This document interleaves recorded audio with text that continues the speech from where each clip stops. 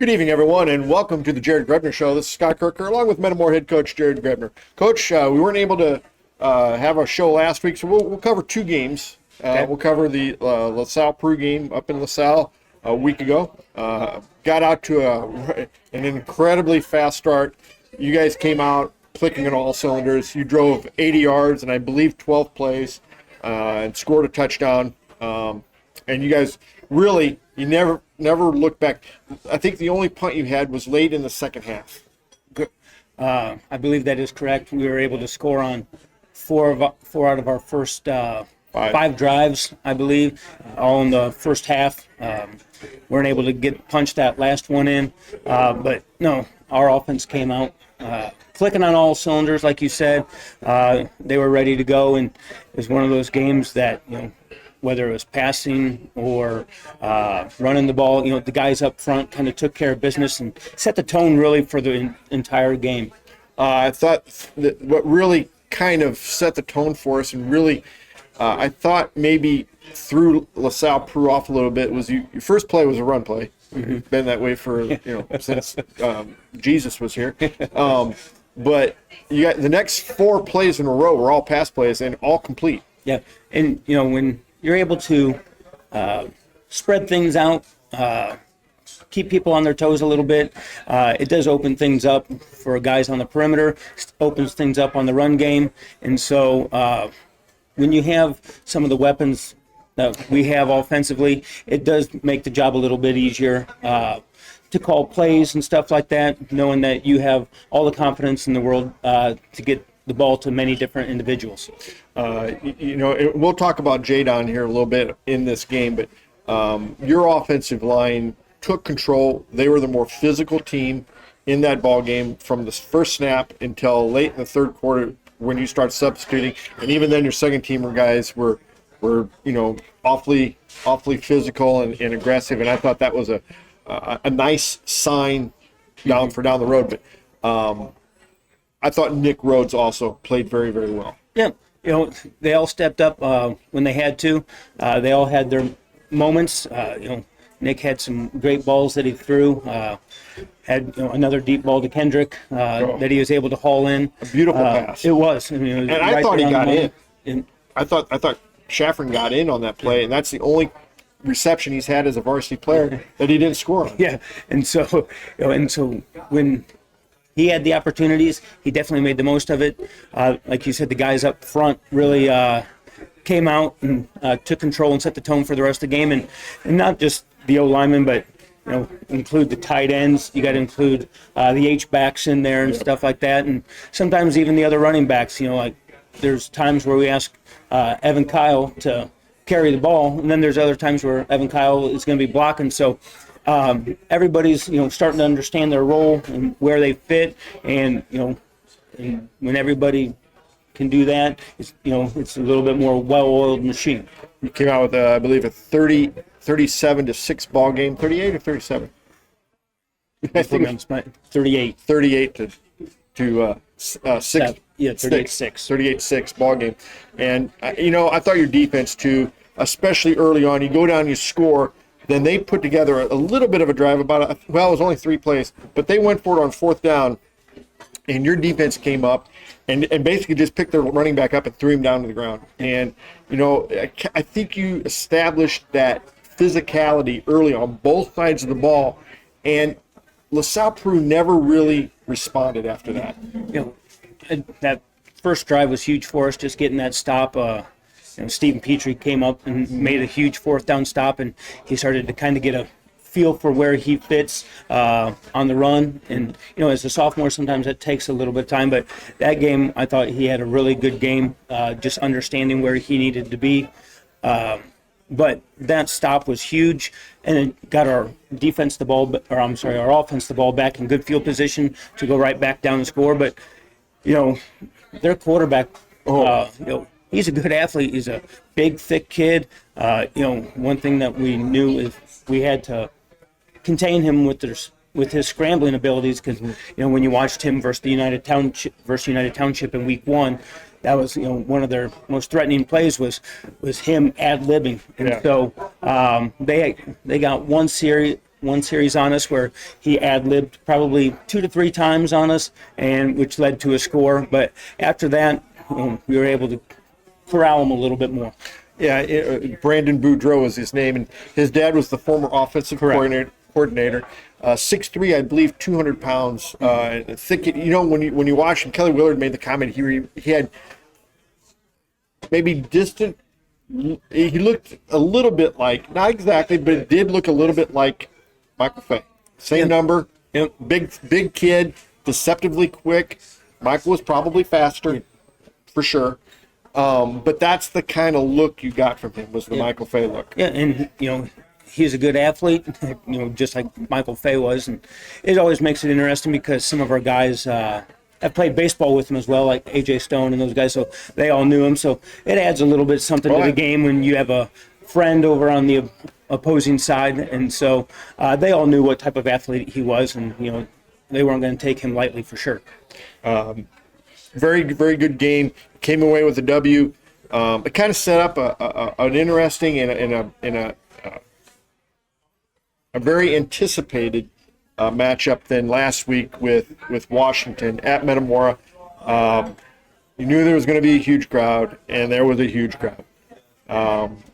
Probably one of the bigger crowds we've had in a while. Mm-hmm. Both teams came in. Washington had just come off a loss against Kankakee, a very good Kankakee team, and they only lost 7-3. Correct. Their defense didn't give up any touchdowns. That was special teams. Correct.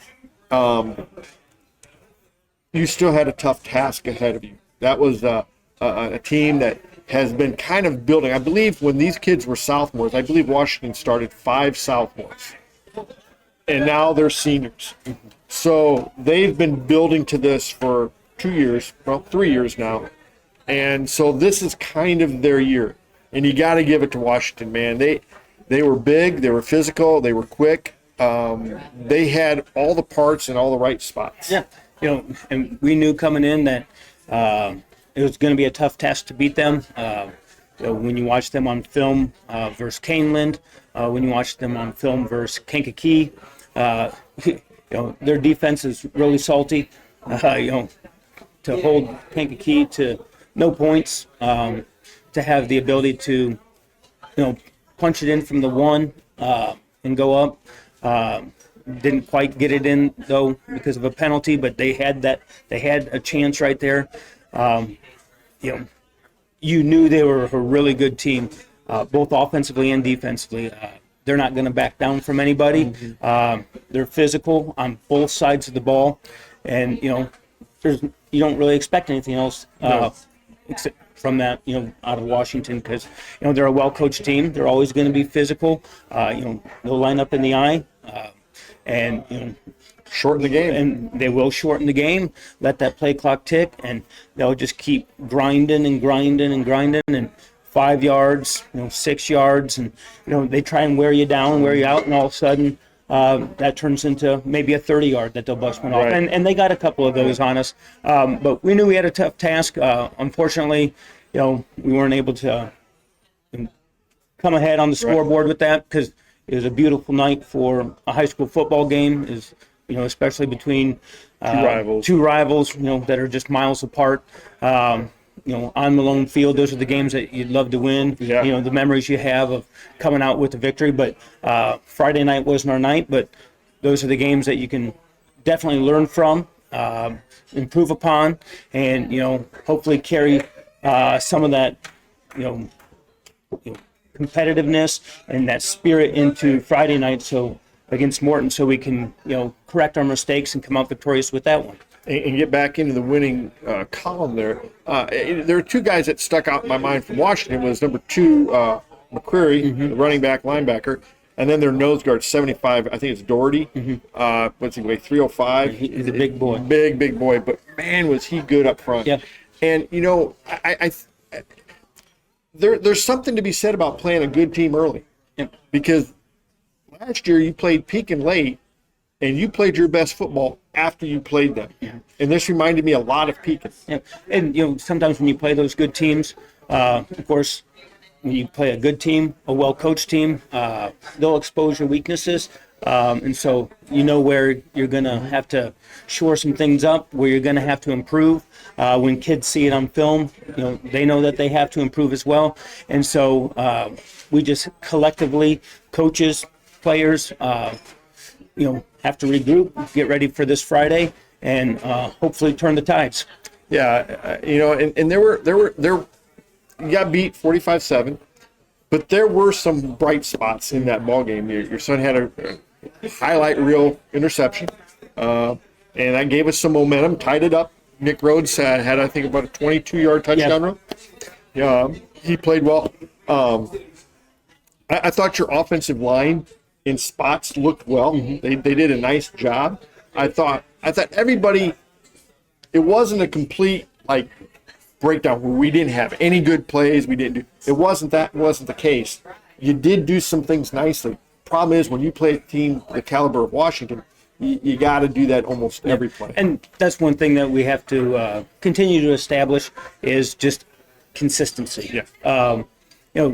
In the course of a football game, there's going to be ups and downs. You're going to win a play. You're going to lose a play here and there.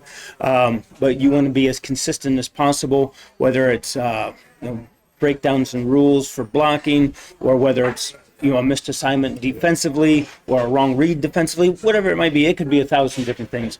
But you want more consistent play out of individuals, more consistent play than it leads to as a team. And, same thing with us coaches. More consistency as far as just putting guys in the right spots to be successful and to make the team successful. Yeah, it'll be determined this week and maybe next week too, just how much you've learned from that game. And if you come out and you get better because you learn from it, a loss isn't the worst thing in the world. Those are going to happen. You may not wanted it to be to the degree that it was, but that doesn't matter because you got to learn from it, and we'll see how that plays out in the next couple of weeks. And bottom line, losing never sits well with anybody. That's why you compete, right? All these kids put in that hard work at practice, hard work in the off season because they want to be successful. They're all competitors. They want to get better every single day. They want to grow every single day, and they want to be rewarded, for all that hard work they put in. But that is the one thing about sports is, Washington was working just as hard. Morton's working just as hard. All the other teams are working hard as well, and they want to be rewarded. And so we have to just make sure that we go out and we earn everything we get, because nothing's ever going to be given, and we can't take those Friday nights for granted because you only get so many of them. Right. And so you're only guaranteed 9. Yep. And so we want to make sure that we come out and hit on all cylinders and just play at a more consistent level. You look at the remaining schedule now. You go to Morton this week. Morton with a new coach, so that you're probably not real sure about what to expect from Morton because they do have a new coach. They're 3-0, and so you don't really know what's going to happen there. But that's another challenge. You're going to have challenges, and I look for the Morton game to be another really good test for your young Redbirds. It will be a good test. I think it will be a good battle between two good teams. They're 3-0 for a reason. They've played some tough competition. Coach O'Neill's a good coach. First year at Morton. He's been a Peoria guy before that. He coached some great teams up in the Kansas City area. That won state championships as well when he was the defensive coordinator there. And so he's building a program over there that's his own, and he's putting a stamp on it. So far, Coach O'Neill's always had a couple wrinkles here and there as far as plays or formations, what he likes to do defensively. And so he's really good at getting the guys to play fast and play in his style. And, those guys over at Morton, those players have really taken to it so far. And, it'll be a tough task for us. Why don't we take a timeout now, and when we come back, we'll have the players of the game. I want to thank Jake and Sarah Atkins for hosting the Jared Grebner Show here at the Grill here in Germantown. But when we come back, we'll talk about the 2 players of the game. Okay. Central Illinois, you asked for it and we listened. Germantown Grill is growing to meet customer demand, adding more dining space and a private gaming area featuring games powered by Gold Rush, the gold standard in video gaming. And Germantown Grill still has all the food and spirits that keep our customers coming back. Stop by to check out our daily specials. The game's on at Germantown Grill, where Central Illinois loves to eat. Open 7 days a week, just off Route 116. Welcome back to the Jared Grebner Show. Coach, we'll start off with the game up in LaSalle, Peru. Players of the game. We're going to go with Jadon Cranford, sophomore running back. Man, it almost looked like a video game out there. He was phenomenal.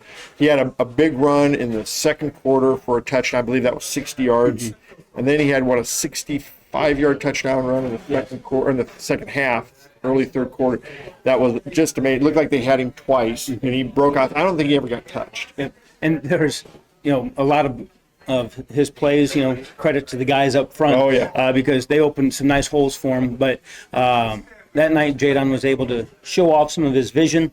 Because he had one that he kind of bent back after he wiggled through there, and it's almost like you kind of lost him through the pile, and then he bent it back, and all of a sudden he pops out on one side of the line. But Jadon would be the first guy to tell you that those guys up front made that all possible. But it was one of those where he kind of had a breakout game, going for over 200 yards. It was something that we knew Jadon could do, and that he was capable of, and we were just waiting for him to kind of bust out. From his freshman year, you could kind of see that coming, and it was nice to see him have that success. Outstanding game, and you always wonder about how is a sophomore going to be accepted on a varsity football team, but he scored that first touchdown, and the entire line ran down to congratulate him in the end zone. They had a little party down there, and that's always good to see when your linemen are as excited for that sophomore scoring a touchdown as he is, because it is a team game. It took all 11 of those guys to score that touchdown, and he was the beneficiary of that. Mm-hmm. But those guys all celebrated together, and that's good to see that when your seniors are celebrating with the sophomore in the end zone. And they've kind of taken him under his wing. Other running backs as well, showing him the ropes. He's a real quiet kid. He just gets after it, and kind of is very unassuming out there, and just does his job. Just puts his head down. I'm going to do my job. I'm not going to say a whole lot. Doesn't really get too high, get too low. He's pretty even keel out there. It doesn't sometimes look that way. He gets just as excited when people have success. Like you mentioned, I still remember one of the first touchdown passes to Shaffron earlier this year. Jadon was the first one back there, chest bumping in the air and stuff like that. And so when you have guys that are playing for one another, that's a huge part, and it goes both ways. And so it's nice to see. And then in the Washington game, we went with your son. Now, we want to make sure people understand this. You had nothing to do with who we picked as the player of the game, but we went with your son, Avery. He had a highlight reel interception in the first half, and that was right. We were able to score on that possession. He gave us some momentum, one-handed touchdown or one-handed interception, and that set up our offense, gave us a spark, and we were able to score. He also had, I think you said, 3 receptions, and did a nice job. He's turned into kind of a difference maker. And he's a kid that kind of got thrown out there last year as a sophomore. He learned real quickly, in that Peoria High game last year, about what varsity football was all about, and going against them in the very first game. But he's come a long ways. Defensively, he's made some great strides. Offensively, you didn't know where he was gonna, fall into place. But he's kind of found a nice little home there as a slot receiver, and was able to haul in some nice passes for Nick. The offensive line gives him good time and stuff like that. And when they get the ball going downhill on some of the run plays, he's been the beneficiary of some one-on-one coverage. Who's faster, you or him? Now him. Okay, we'll say that for now. But, The other thing about him, though, I think is you feel very safe with him back there catching punts. He catches just about everything. He hasn't had a chance to return every punt, but he's fielded, I think, just about. The only one he didn't field was one that he basically put his feet on the 10-yard line and then just let it bounce into the end zone. A very good play, because even in college and pros, you watch guys go inside the 10-yard line and they get nailed at the 7 or the 8-yard line, and fundamentally that's just not good. And he did a really nice job. And that's one thing that Coach Herring does emphasize, with the punt return, is putting them in situations and practicing that and putting their heels at the 10 and, what to do when the ball's over their head. But one point of emphasis for all of our punt returners is not letting the ball hit the ground. Right. No matter, if possible, fair catch it. If you can get a return, because 8 out of our 9 games are on turf this year. And sometimes when you get those punt returns and you let them hit the ground, they can roll an extra 15 yards, sometimes 20 yards. And so, those are precious yards. And so if you can stop that, from happening, that's an extra 20 yards that our offense doesn't have to go. Right. And he's done an outstanding job of that. Coach, we'll kind of wind this up here a little bit. Good luck Friday. I know you'll get back in the win column. Your kid is prepared.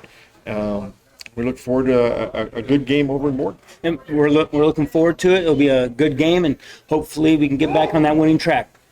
That'll do it for the Jared Grebner Show this week. We'll see you in Morton on Friday.